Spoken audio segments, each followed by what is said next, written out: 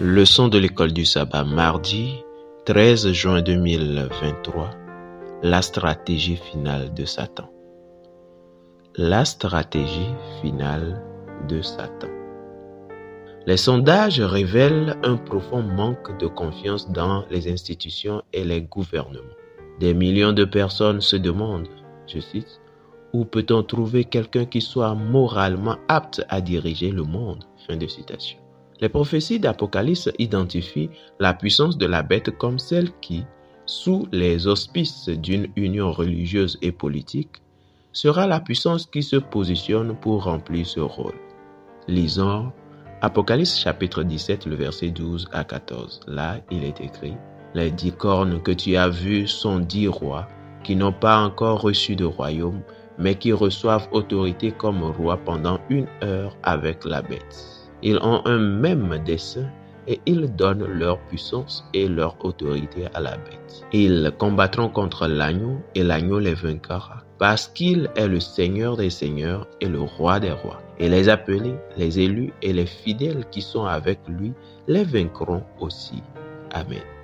Comment Jean décrit-il ces scènes finales de l'histoire de la terre? Quel contraste puissant y voit-on? Jean soulève 3 points importants dans ce passage. Premièrement, les puissances politiques ont un même dessein et donnent leur puissance et leur autorité à la bête. Deuxièmement, cette fusion d'erreurs fait la guerre à Jésus, l'agneau. Troisièmement, dans la dernière guerre de la terre, Christ et ses disciples triomphent. Ce n'est pas la bête qui gagne, mais Jésus. Vous êtes-vous déjà demandé quelle stratégie le diable pourrait utiliser pour unir les nations? L'histoire se répète souvent. Nous tirons de précieuses leçons de l'effondrement de l'Empire romain. Lorsque les invasions germaniques venues du nord ont ravagé l'Europe occidentale, l'empereur romain Constantin s'est tourné vers la religion. L'autorité de l'Église, combinée au pouvoir de l'État, devint l'instrument dont Constantin avait besoin. Le renforcement continu de la sainteté du dimanche au IVe siècle était une manœuvre politique et religieuse calculée pour unir l'Empire en période de crise.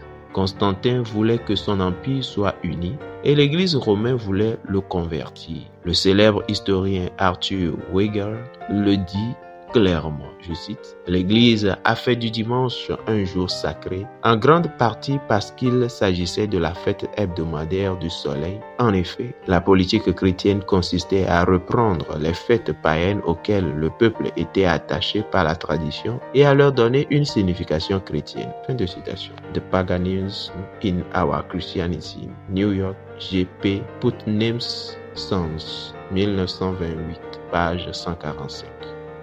En période de grande crise, lorsque le monde entier a peur, souffre et craint, les gens cherchent désespérément quelqu'un qui leur apporte un peu de stabilité et de protection.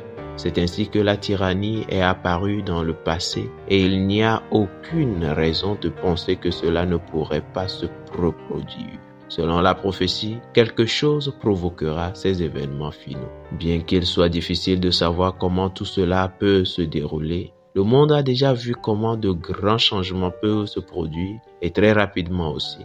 Bien que nous ne connaissions pas les détails de ce qui va arriver, nous devons être prêts à y faire face. Fidèles auditeurs et internautes, que Dieu nous protège et nous garde. Amen.